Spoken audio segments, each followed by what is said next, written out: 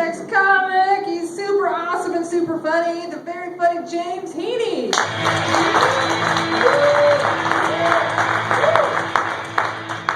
Oh my God, I am so lucky to have you guys here tonight. I feel super blessed.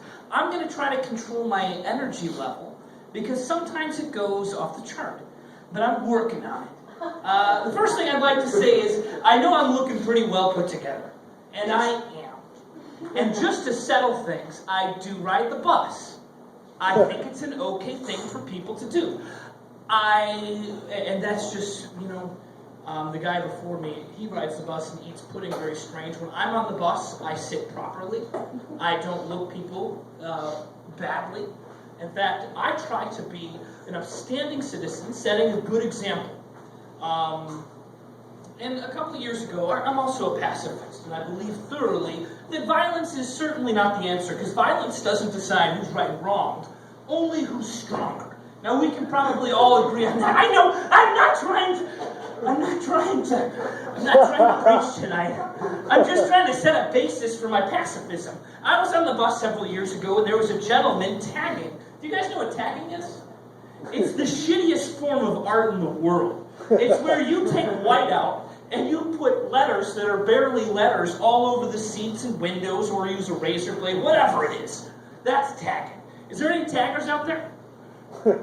Good, because they hate me when I talk about how artistic tagging is. One day I was on the bus and there was children there, and I was sitting properly on the bus, and some guy next to me, across from me, was tagging the bus, and I said, "Excuse me, what are you doing? Like, why are you doing that?" And he looked at me and he said, "What business is it of yours why I'm doing this?" And I said, "Well, sir, what business is it of yours? What business it is of mine? Why I'm asking this?" And this was not funny to him. And he immediately wanted to fight me. And he asked me when I was getting off of the bus. I wasn't going to answer him, but I had a good friend with me who was more than willing to say, "We're getting off at Main Street. Let's fucking do this." And I'm like, "Wait a second." I said, "You don't understand. I'm a pacifist. I really don't think violence is going to solve this issue." He was busy on the phone, and he called his friends, and they met us at Main Street and Ocean Park Boulevard. And as we were getting off the bus, I was like, "Listen, I think that what you did was wrong. I am not in agreement with it, but I don't think what you're about to do is any more right. You're not winning points in my book." He had a box cutter. Luckily, when I said to everyone on the bus, "This guy's got a box cutter," he put the box cutter away, but he punched me in the face. He punched me right in the face. It was, I don't remember which side, but it wasn't the nose, and this is, of the parts of my face that are important to me, it's the nose and the teeth.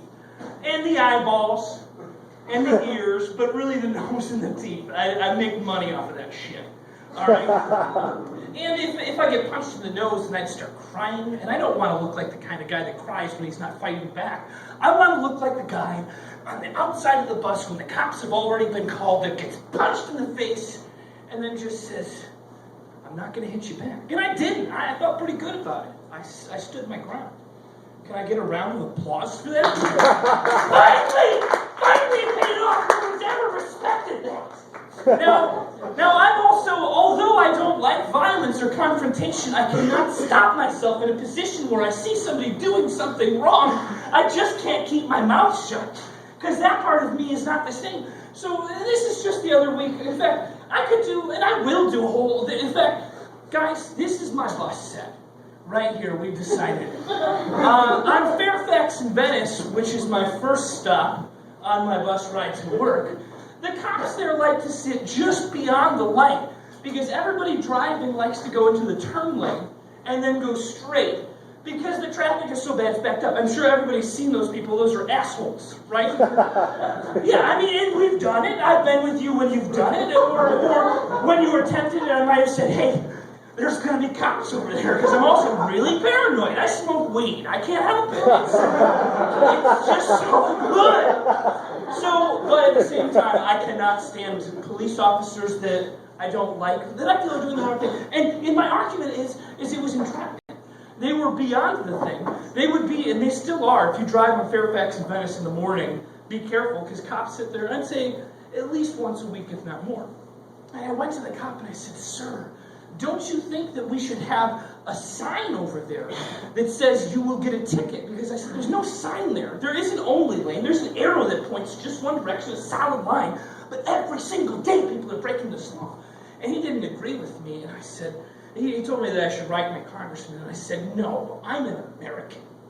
I am not going to do anything except bitch and complain about it. And you're right here, right now, and I'm using my American freedom. Felt good. It couldn't do anything to me. Because I didn't have weed with me that day. I got a card. I've definitely got a card. I go and renew it almost immediately after it expires. And in between, I do smoke pot that I don't. It does not matter. And now this is the newest one. And this one I kind of felt like an asshole during. But I wasn't the asshole. Tell me if I was. I was at Fairfax and Venice. I got off the 7:33 bus, and I have a skateboard, and I'm old for my age, but I'm young at heart. And I skateboarded. I saw the bus that was about to leave, and I skateboarded to it, and I caught it. And I was on the bus, and I was like, oh, there's an old guy, and he's coming. He's like right there, you can see him. And the bus driver closed the door. He says, "We don't got time to wait for anybody." And I was like, there's an old man crossing the street. And knowing myself, I couldn't just sit down. Instead, the whole bus ride, I sat next to this bus driver. And I told him, I said, I am at this bus stop every at least 5 days a week. I ride it for a living. I ride this bus to get to my living. You're never on time. You had 30 seconds. It was only going to take maybe a minute. I said 30 seconds, but let's be honest, he was an old man.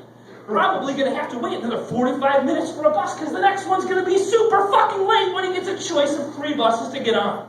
Am I selling the bus system to you guys? It's really not that bad. Well put together people take the bus. I do. I have a job. I'm never late. I was early here tonight. I took the Charles bus tonight. Thank you. Actually, his bus is so much better. It doesn't smell like urine. There's no cockroaches. As far as I know, I haven't searched.